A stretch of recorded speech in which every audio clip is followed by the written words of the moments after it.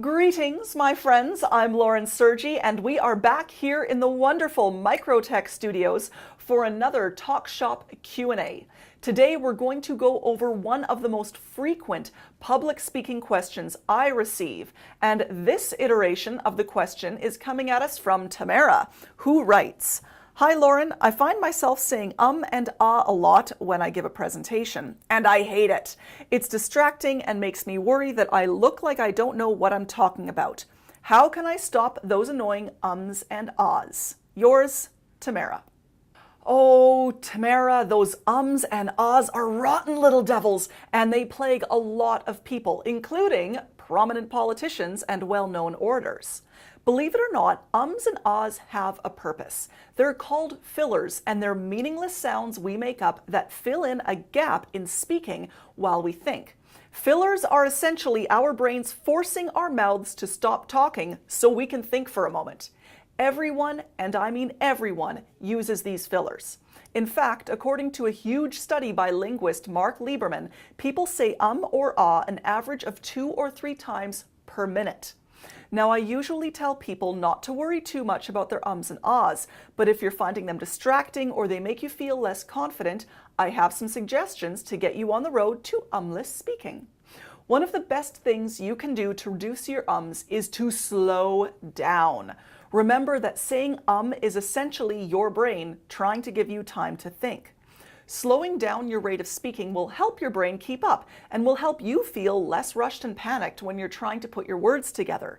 That, in turn, will help those words come more easily, and you'll find that the ums and ahs will dwindle away. The next thing, and this one can be tricky, is to learn how to shut your mouth and be silent for a moment or two while thinking. And I mean shut your mouth, literally. Start by observing how you feel emotionally and even physically when those ums start coming out. What's your brain doing? What does the sound feel like in your throat or your mouth? Then as soon as you feel yourself saying or wanting to say close your mouth and breathe in through your nose. This pause will give you time to think without filling the silence with unnecessary noise. This is a very deliberate action. When I first started using this method to get rid of my own fillers, it looked something like this. Ahem. One of the greatest influencers on public speaking and rhetoric was Cicero. He wrote his work De Oratore in 55 BC.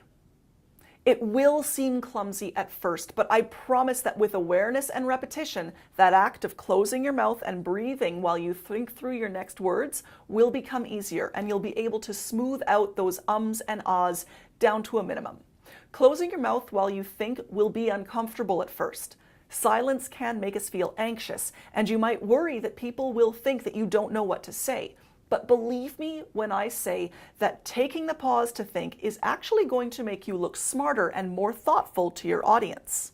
These two simple strategies, slowing down your speech and pausing when you need to think, can make a dramatic difference in squashing those pesky ums and ahs.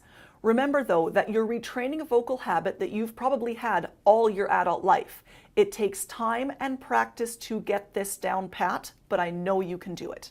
Tamara, I hope this helps you on your path to smoother speaking. And now let's keep the conversation going. When do you find those ums and ahs sneaking into your speech? Leave a comment down below and be sure to click that like button and subscribe to my channel.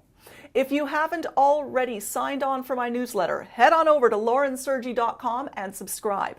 You'll get my articles, updates, and great resources that I only share with subscribers. Thank you so much for joining me here today on Talk Shop Q&A, and I can't wait to see you on the next edition.